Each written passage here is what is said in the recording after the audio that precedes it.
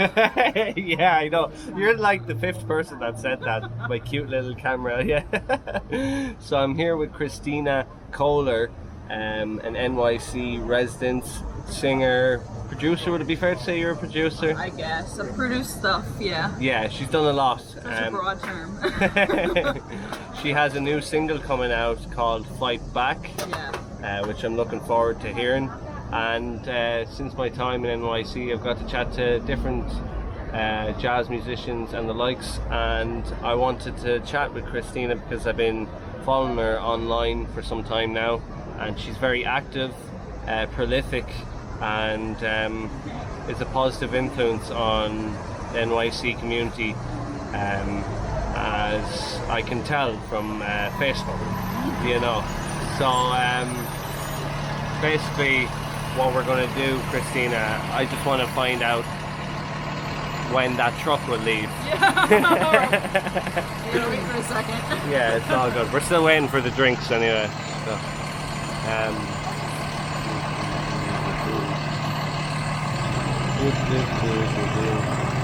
we'll look at these dogs here for a moment. I can edit this stuff out, don't worry.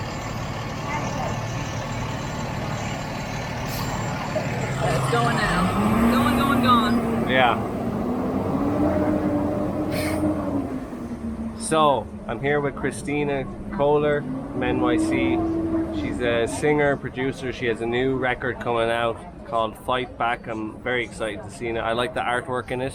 Did you design the artwork or did you get someone else to do it? Got somebody on Fiverr. Oh, really? Oh, yeah. Yeah, Fiverr's very good, actually. Yeah, at times. Great. Oh, well, I like the look of it as this kind of cartoon, futuristic neon kind of look. Yeah. And is that the way you would describe the record? I mean, it's just one song. Yeah. So, yeah. When I mean record, I mean one song. Okay. Yeah. So yeah, I mean, to describe the song, it's like the most poppy song that I've ever released. Right. Okay. So it's not like my typical, like when I do release like original music, it's more like R&B and stuff, but this is more like pop, like straight on pop. Straight up pop. Yeah. And did you produce the track as well, or did you So work with a producer? I did it all from home. I went into Splice and found samples and put them all together. Very good. Added some live instruments into it, and that's that, you know. Easy peasy. Yeah. Well, it wasn't easy, was it? Alright, I have a mango peach fizz. That's me. Thank you. Go. Do you want any milk for the ice Oat coffee? milk? Oh, milk for sure, yeah. Appreciate And then do we want to do any food? I'm gonna get something to eat. What does Kristina eat?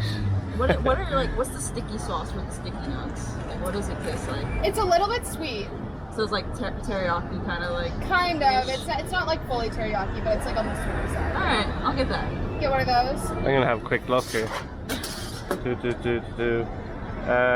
little something. Yeah.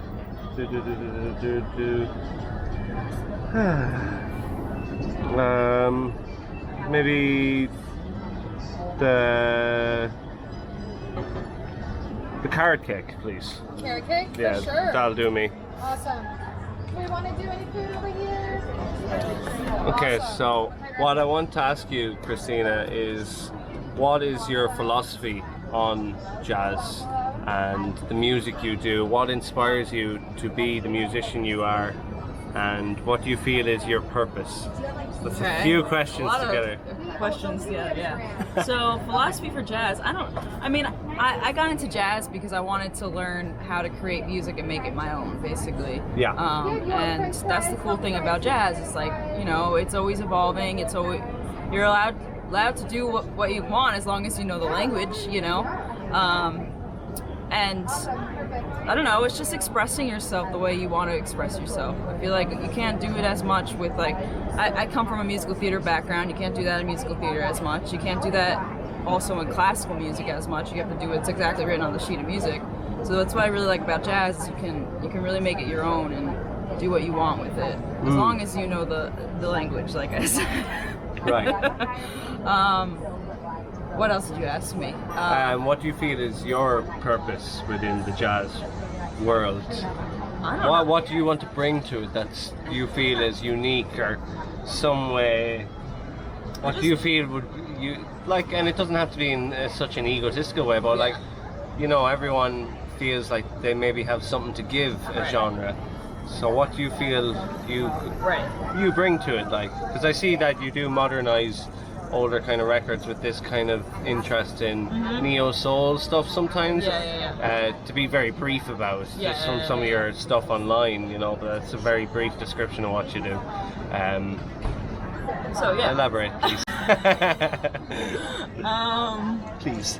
Yeah, well, I mean, I just, for me, I am definitely more, like you said, like I'm more like, I guess, progressive jazz artist, and I feel like there's not enough opportunities for progressive jazz artists. I feel like the jazz scene is so oversaturated with straight ahead jazz. I completely agree. Yeah.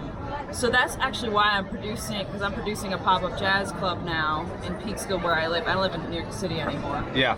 Why did you move? I have a love-hate relationship in New York City, and just so when busy. the pandemic hit, I was like, goodbye. Yeah. Done. So it was like the perfect timing to leave. And now I live by myself and I have a dog, so lovely. Way better than having roommates. Yeah. And much cheaper, I could imagine, is it? Yeah, you get more bang for your buck. So. And do you do music full time, or do you teach as well? I teach music lessons. Cool. And yeah, I'm doing this. So yeah, this jazz club that I'm doing, I wanted to bring more progressive jazz to like the area that I live in now, because there's really no jazz scene there, and the jazz scene that is there is all straight ahead. Yeah. So I'm trying to like. Why? Sorry for cutting you, but why do you think it's so focused on straight ahead in New York? It's because there's just still so many people. I guess the hierarchy, right? The older generation. Yeah. Is a lot of it, like, you know, even like downbeat writers and all like writers and journalists and labels and etc. You know, a lot of them are run by older generation, right? And I think they're just so stuck in like the straight ahead mentality that's what they accept. They accept that more than something that's a little different. Yeah. Which is kind of like, to me, it's mad, like, because, you know, jazz is always about evolution. Yeah. And to stay in the past, right, you know, is counter jazz to me. Right. You know, I get. Well, when you think of Miles Davis and Herbie Hancock, how they did both, right? Like, you know, and that's been acceptable, you know, like, so why can't it still be acceptable, and why can't we like thrive off more of progressive jazz? I don't understand. I think maybe it depends. Is it something to do with who you know? I mean, that has a lot to do with things. Yeah. But then I also feel like, you know, there's also, this is like a really even like a deeper thing to go into. That's okay. But there's like this idea that some singers need to sound like cabaret singers. Right. And then others have to sound like Ella Fitzgerald's. Yeah. There's just nothing else. It's just those two. So it's very frustrating for me, because I'm like, when's there going to be the next Gresham Parlato? Right. You know? When are they going to give somebody else a chance at doing something different, unique? Not saying that those people aren't unique, but it's just like, it's typical, you know? Yeah, no, I get you. I definitely get you. Because myself, I'm a free jazz musician, you know, and that was one of the main things I came to New York looking for. And it wasn't until my last couple of weeks here that I realized, like, oh, most of it's in Brooklyn.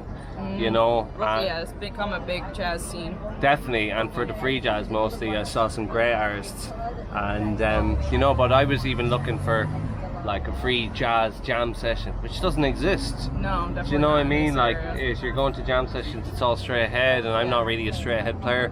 And yeah, I ended up going to producer Mondays. Did you check no, that I out? didn't go because I had to go. I ended up going to a different gig that night. Okay. Yeah. No, I missed it. Did you go? Well, No, obviously, no. if we didn't see each other. Yeah. Okay. No, maybe next time around I will. But yeah, I think I was in Brooklyn that night. Okay. Yeah. I dig Brooklyn. I think it's. You should really check out New Blue though. Like. New Blue. Yeah. Oh yeah, you were telling me about that. Yeah. Just in general. I mean, like tonight, Fork is playing there. Do you know that band? Fork. Yeah. FORQ. Okay. Yeah. Maybe I'll check them out. They're a good band. You should check them out. Really? Yeah. What time are they playing? I don't know. Okay. Probably 7 or 8. But it's a really cool venue, and it's a good vibe in there. Like, Okay. Yeah. So back to you. Yes. Can you tell me a little bit more about maybe your influences growing up and? Yeah. So, I mean, I grew up listening to so many different styles of music. My parents had like classic rock on, they had jazz on, they had classical music, they had Motown. You know, always had, and I did do musical theater when I was a kid. So I always had like all these different styles of music engraved in me. But I really like, you know, Amy Winehouse, for instance. That's like she's always been like the one, you know. Yeah. I have liked the most. And then you go on the straight ahead side of things, Anita O'Day, because I always liked Anita O'Day. I feel like she always put her own like spice into her straight ahead singing. I don't think she gets enough credit, Anita O'Day. So very good. Yeah. And as for the future, is there different? Thank you. Of course. Is there different projects you want to get together? Do you have like a band for the track you produced, the new track, Fight Back? And tell me about that track actually as well. What is it about?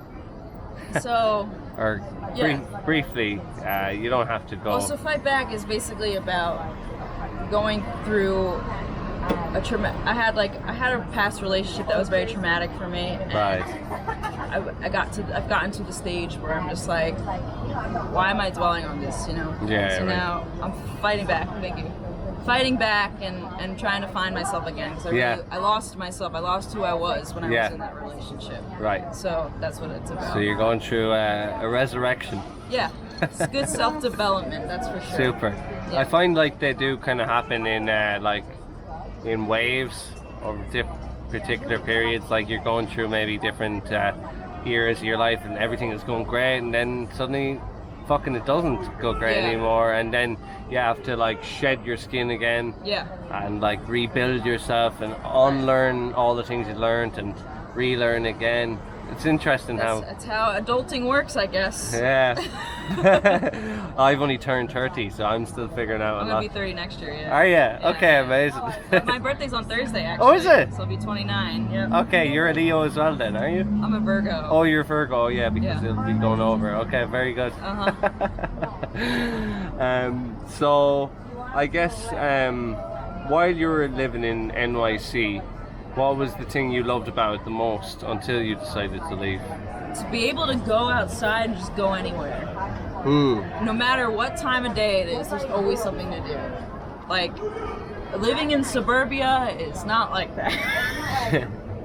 Like, suburbia is like all about families and community, which I hate that term because I feel it's lightly used. Yeah, right. But there's like all these like free events that happen, and there's just, I call them dad bands that play classic rock music. Oh God. Everywhere. Yeah, you know? So it's not much of a. You don't play with any of these dad band stuff? I would never do that. No? No. I've been asked to, and I'm like, how much to pay? Not enough. Not enough for my mental health. Yeah, no, I get you. Oh, that's funny. Okay, and I guess while you were here, where did you go mostly to gig? To gig? Oh. Where was your gigs? I mean, there was always like some sort of restaurant gig, you know. I did Tavern on the Green for one summer, which is the restaurant in Central Park. Yeah. There was another place called Blue Water Grill that was in Union Square. That was like a regular like weekly gig for me for a while. Like a 5-hour gig though. It was crazy. But those are like the prime gigs, you know. Like if you could find like gigs that are like that are, they're maybe a little longer but they like pay well, those are the good ones to get. Okay. And generally for those gigs, how much would you get? Mind me asking. Like it was like a 4-hour gig and you get 4 hours? Yeah. That's so long. I know. Wow. I want to say it was like 4 hours. That's like what people in Ireland did in the 50s. Before they had mental breakdowns. Yeah, it was a lot. Jesus. Okay, and What for did we get? how much? 300 each. Okay. That's the best paying gig in New York. You know, like Yeah, 300 each. Most of these restaurant gigs, I think it's because of the musicians. They lowball, and they get $50, or no, they get like $75 for 3 hours. Jesus. Yeah. So That sucks. it's terrible. That's really bad. I make like 3 times the amount now living upstate. Right, than I so did living in the city. so to be like honest. upstate in a restaurant you would get much more. Yeah, like $300 for 3 hours. Yeah, yeah. You know? Or no, not 300. I'm sorry, 150 for 3 hours. But now I'm like increasing it. Right, You know, okay. because I've been in demand, I guess. Great. It's good when you're in demand and you can ask for more money. Yeah, So, yeah, you start calling the shots. Mm-hmm. I'll have to talk to my manager about this. Who's your manager? I don't have one, but I'm not going to tell you that. Me? Yeah. Oh, I don't have a manager. That's what I mean. Like, Yeah. it's kind of like you just Yeah. pretend like you have a manager. and- Right, exactly. Here comes the food. Oh, lovely. Yeah. Carrot cake, and what did you order? Yep. That looks lovely. Carrot cake. Thank you very much. You're welcome. Do you guys still need this menu or can I take it? Yeah. We can keep it there just in case. Yeah. Thanks very much. So, yeah, I guess a little bit about when you're improvising, Kristina. Where is your mind at when you're thinking improvisation? What is improvisation to you?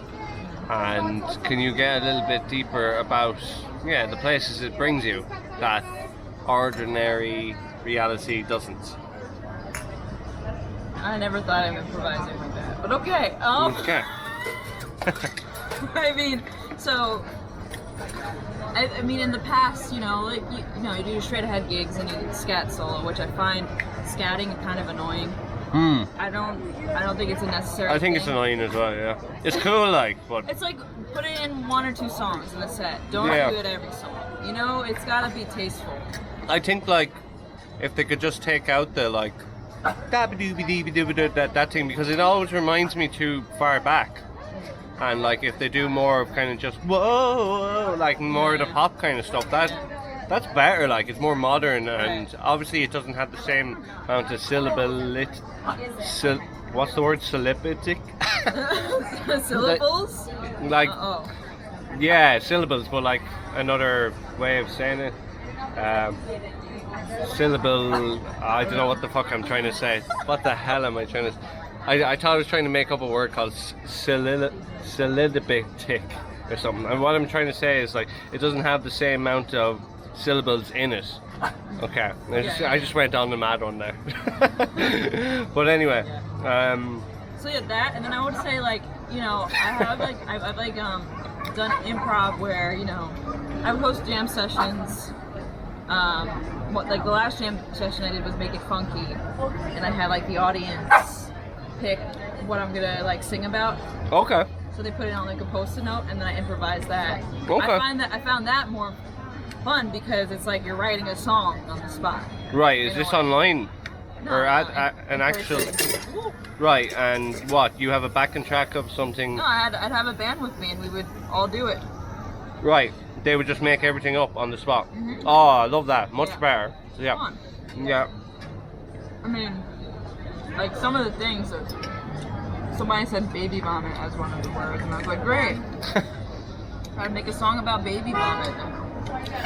But, you know. Do you Right. think like you would settle down and have a family as a jazz artist? Yeah, definitely. Yeah? I mean, family's so important to me. So, Right. I mean, first I gotta find a partner. That's been a struggle, but you know. Yeah, but I mean, When I the time is have right. a dog now. That's my child at the moment, but Very good. What's your dog's name? Paisley. Paisley. Yeah, like the pattern. Like I'm wearing it right now. Very good. He's with you in spirit. Yes. Um, But I probably would homeschool my kid, or yeah.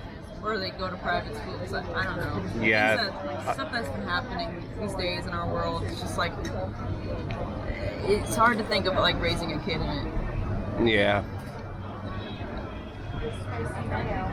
I think like myself, like the concept of sending them to public schools.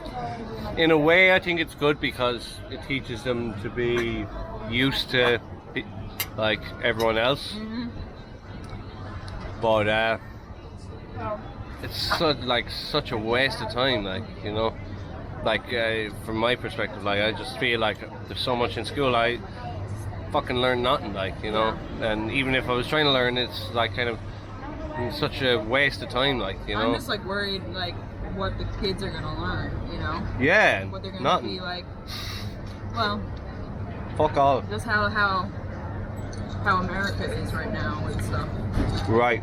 So in terms of the woke movement and everything. Right, yeah. You So know? you would be very much in the woke movement, would that be right? You're not. Okay, so you seem like you're kind of. I think a lot of it's like obnoxious in my opinion. Oh yeah, Yeah. definitely. Like I hated the Barbie movie. I thought that was really stupid. I haven't seen it. Why is that about being woke? It was like forced woke stuff. Okay. Very forced. Like kind of like Like they had to throw feminism. in space the whole time. superficial kind of wokeness. Yeah, it's like how it is a lot of these movies now. You know, it's like forced art. Right. Yeah, I don't know. Was there any part of the film you liked? Was there any part of the film you liked? Honestly, it was too serious for me to enjoy it.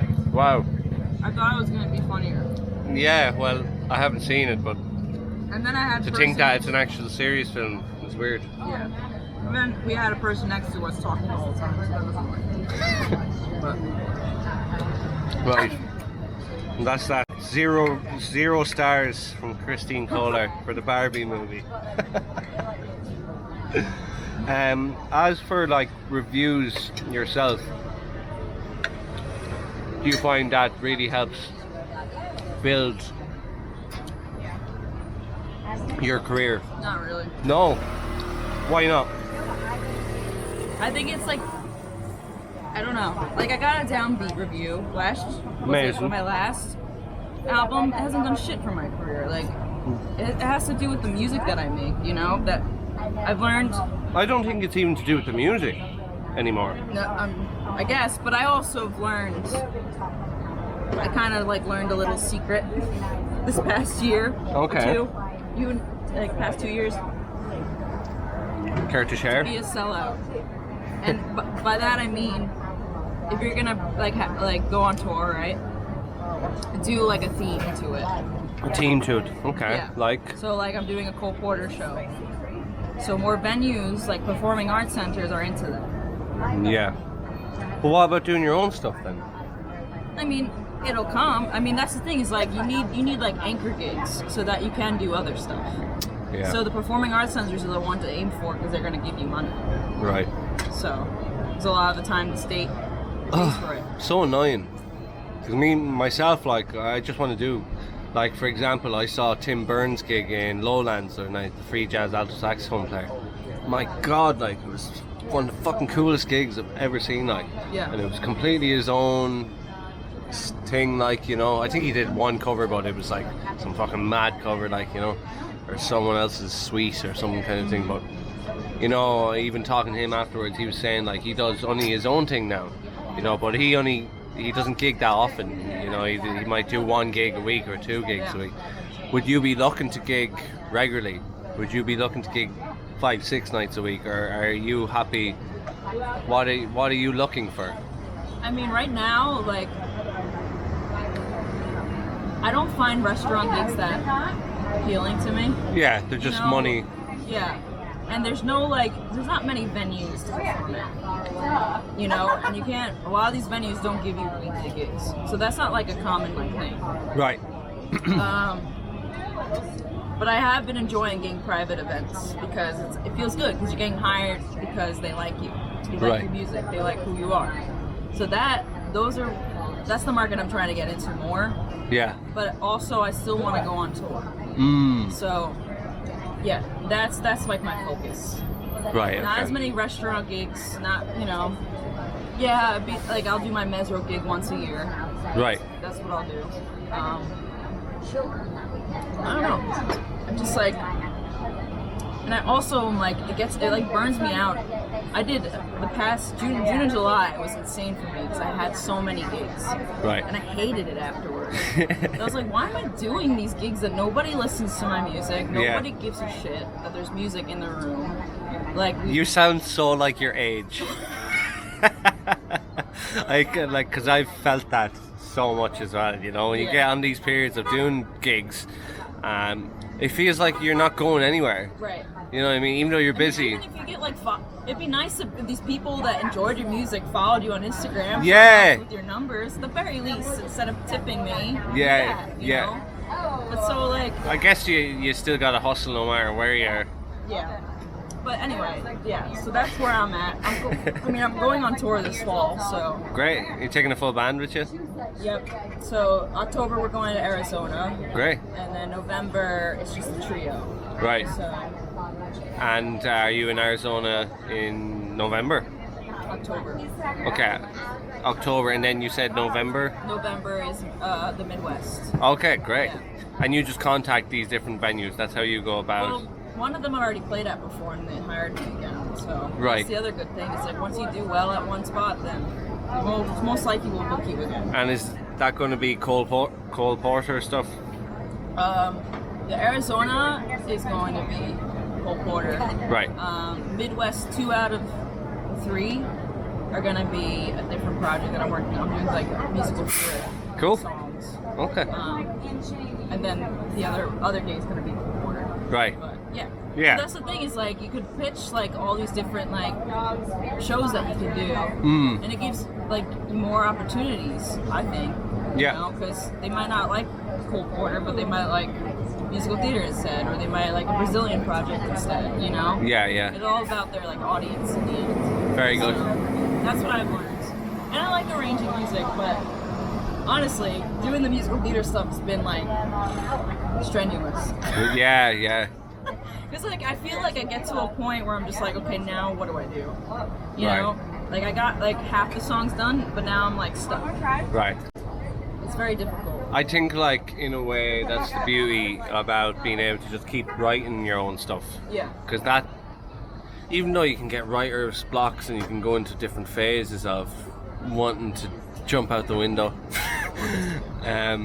like, I think it is great that you can continue to keep writing, you know, and keep developing yourself and finding yourself. Is there anything you have planned for the next single after Fight Back? What date is Fight Back out? Friday. This Friday, right, Day right. after my birthday. Okay, great. Woo! Are you going to celebrate? Are you going to have a like single launch, or are you just going to release it online? Just release and see what happens. Yeah. Fair But you enough. know what? I did learn that metadata is very important. I didn't know this. Metadata, as in. When you release like a music. Yeah. Where you do you use like the DistroKid? Yeah. Yeah. So there's like a section that says credits. Right. You have to fill out all that. Right. And what's So don't that? skip over that. Credits as in like who recorded it, Yeah. who wrote. Who's on the album? What's the inspiration? Who are your influences for the album? Right. Da, da, da. Because Like, they'll all- advertise that shit kind of like Well, it makes it more. professional. Yeah, and So much and the effort. algorithm kind of. I think it's supposed to work better. Okay, very good. I'll remember that. Thank you. Yeah. Yeah. And even like they ask for your contact information because if it's like placed in like TV or something, you want them to be able to Yeah. see you directly. Wow. you Okay. know? So Very good. yeah, found that out recently. Yeah, DistroKid works for me. They're definitely my favorite. You know, full royalties. You know, Yeah. super easy to upload. I still don't understand how Spotify playlisting works though, because I'm just like so frustrated with it. Yeah. Well, like I feel personally like that. You have to. You don't have to, but I think like to get out there quick, you have to have a team. You know, but then that's more money. And it's like, where the fuck are artists supposed to get all this fucking money from? Like, it's like, and there's only so much funding will do. By the time you pay for all your ads and shit like that, half the ads are they even fucking working properly. Well, you know? I'm even thinking of trying like one of those Spotify promotion websites to see if it does it. Oh really? Like Yeah. the people that like message you on Instagram and say Well, no. There's like other ones that are like more professional and right, okay. they actually like take the time to know what, you know, some of them actually you have to be approved because they actually have like specific playlists that they. Right. So, but it's just crazy because you even look like for me, I look at the jazz vocal playlists and I'm like, it's all fucking ballads. Right. Come on. What do you mean it's all balance? All the songs on the like the playlists are ballads. Oh, ballads, yeah. I'm like, come on. Yeah, So yeah. what, do I submit a ballad for a playlist? That's so ridiculous. I guess so. You know, there's definitely like a market for the stuff you're doing. I would put into maybe neo soul jazz or some shit. You don't like being called neo soul, would you? Well, I don't know. I don't know what I am. So Yeah, that's well, the problem too. Is like my Spotify's all messed up because Yeah, it's like it has the jazz. you're a mix of the- everything, yeah. That's my original music. No, I get you because I release free jazz and then some fucking easy listening stuff and then fucking like some pop shit as well, like, you know. So it's, I don't know, like sometimes I think about that and I go, Pharoah Sanders, you know, I think of him and I go, that gives me some kind of relief because, you know, you can be that independent artist that just doesn't go about it the game way, Yeah. you know, and you just do your own shit and it is what it is and you just gather your fans in your own way. There's plenty of ways to do it in the modern world. As for making a complete living off it, it takes time, I guess, and dedication, but it depends really what you want. Do you want to be gigging 6 nights a week or 5 nights a week? For example, like I saw a concert the other day online of Ravi Coltrane playing, he was playing with Herbie Hancock and they were playing Maiden Voyage. Uh-huh. And I'm thinking to myself, like, there's no way I'd want to be doing that. You know, as amazing as he is and how beautiful his career is, like to be playing shit like from the past, like now, not that shit, it's great music, it's beautiful music, but like to be doing it still and like to be in this tribute act Right.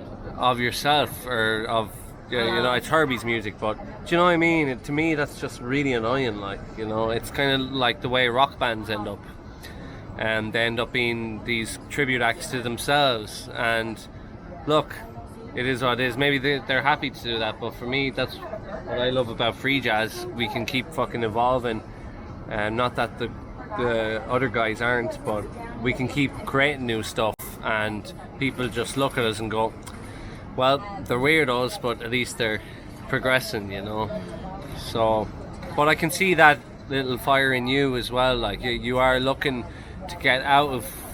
You're kind of a rebel as well, like, you know, Yeah. which is why I don't know if it's a good or a bad thing, but yeah, no, well, it's one of the reasons I did contact you, you know, Yeah. because I could see that in you. You were doing something different, and you know, especially as a jazz singer in New York, you know, that's what I really dug, like, you know. So, could you maybe talk about that a little more? What is this thing within you that wants to? Is it kind of like, were you always a little rebel when you were younger? I never or- was a follower. Yeah, I always was like someone that did my own thing. yeah, right. You know? Yeah. I lost a lot of friends along the way, but you know, Yeah, it's like I don't know. I always try to think of like both sides yeah, to see and like make a decision, I guess. But that's great. you know, like I went to school for jazz to learn about jazz. Right. Where did you go? I went to Hart for a year and a half, and then I transferred and finished up at City College in Harlem. Cool. So yeah, like I went because I was curious about the music. Yep. Not necessarily that I'm gonna be like the best jazz singer in the world, you know? Like, Yeah, yeah. I just wanted to learn about it. I'm always wanting to learn like about different things. Yeah. So, and like songwriting, that like came out of me after college, you know? Like it wasn't like, and same with arranging. Yeah. So, I don't know. I don't know where I'm trying to go with this. I don't know. I just do what feels right. You know? And I feel like just singing straight ahead jazz all the time doesn't feel right for me. Yeah. You know? No, I agree as well. For me, I feel like it's not what I'm supposed to be doing. Yeah. I feel like I have to tell a different story. Yeah, and even like, you know, I do like a wine bar gig, which I'm doing it tomorrow for brunch. Yeah. And I play a mix of stuff. I Yeah. don't just do jazz. Right. You know, I do like Taylor Swift. Yeah. I do my original music. I do Great. like, you know, Stevie Wonder. Like I mix it up because I've learned. This is definitely one thing I learned living in New York City. Playing jazz at restaurants, nobody fucking cares. Right. Like, in the sense of see who's around. Look at just who's play around. anything, you mean? Like play anything that they recognize. But also, you should be playing for the people that are there. Yeah. It's not about you. You Yeah. know? And it's not about jazz. Right. Like millennials don't want to hear jazz. I'm sorry. And that's how you get tips too. Is if you play. I seen that on one of your posts. You mentioned that. Yeah, play kind of cover stuff that people know, get tips. It's a very simple statement, but it's very effective. And it's true, and not much people would be brave enough to say that the way you said it like that online, which is really cool, like, if you don't mind me saying, because, you know... And that's how you get fans, too. Yeah. You know? Well, like, it's good that you're open to doing that. You see, I'm terrible, like, I've gone so, like, free jazz about everything that I only want to do fucking free jazz. Mm-hmm. And in a way, it limits me, you know, and... Like maybe I do some wedding reception kind of stuff now and again and all that kind of, and that, you know, I improvise over standards. I don't even know the heads of them. Like I just fucking bullshit my way through, and it's grand, like, you know. But it's not really for me necessarily. But the fact that you're open to doing that and it doesn't bother you is a great thing. Well, it's like you gotta just find the songs that you like. Yeah, you know, that's right. like what's important. Right. You don't have to do all the songs that are like big on TikTok, right? Yeah, Just like find the ones that you like and do them. You know? I don't know. Super. It's as simple as that. Yeah, I think when you're singing, maybe it's a different thing. Like, I think on saxophone, if they're asking me to play fucking same old shit, you know what I mean? It's kind of like, oh... Well, like, yeah, I mean, it goes, like, for me, like, I won't do wedding band gigs. Right. Like, unless it's somebody I know. Right. Or it's the music that I want to do. Like, I got hired to do a wedding this past summer, and it was, like, all soul and R&B music. I'm like, all right. Deadly. I'm done. Yeah, we could do that. Yeah. You know? Super. But if it was, like, classic rock music, I'd be like, no. Yeah, right. Yeah, funk soul is pop good. music. Yeah. So... As for wedding band gigs and stuff like that, what is the general pay for that? I'm learning about that still. Right. I don't know. Like per gig, like what would each person on average get for a wedding gig? In Ireland, it would be maybe 250, 300. Oh, more than that. Really? Yeah. You're talking 500 plus Well, if you're doing, for one gig? let's say, because I did like cocktail hour, the ceremony, and wedding band. Yeah. I don't know how much that was. I made like 1,000 and something. Wow. But like, you know, I'm doing a private event coming up, and I'm making $800 for 3 hours. So yeah, that's great depends money. on what it is, you know. Yeah. So Super. yeah. Super. And that's the thing too, is like I try to be versatile in the sense that I could play by myself if I need to. Like I got hired to play ukulele for like a birthday party. Right. For 2 hours, got $500 doing it. You know, it's like. Can you play the ukulele? Yeah. Like I didn't really have to do much. Right. And That's then, great. You know, I could do that. I could play keys and sing. I could do duo. I could do trio. I could do a full band. Being as versatile as possible, Right. is like the most important thing, I think. If you really want to like make money and also make, you know, get fans. Yeah. Right. Can I get this plate out of your way? Yeah. Thank you very much. Perfect. Do we want more drinks or are we good? I'm good. We're ready for the check? Yeah. I think so, right? You good? Yeah. I kind of wanted something, but I don't know. So yeah, this has been quite a long interview actually. which is good. You really had a lot to say, and I'm delighted you said I don't know so what much. the hell I said, but we'll see. Well, it's been great. So this will be released this Friday. I was going to release another interview that I did, but because your single is coming out, I'm going to release this next week. Yeah. And each interview is released on Fridays. Okay. So next Friday is when your single comes out. It'll be released midday. And yeah, thank you for everything, Kristina Thank you. Koller. Yeah, it's been a pleasure. Thank you.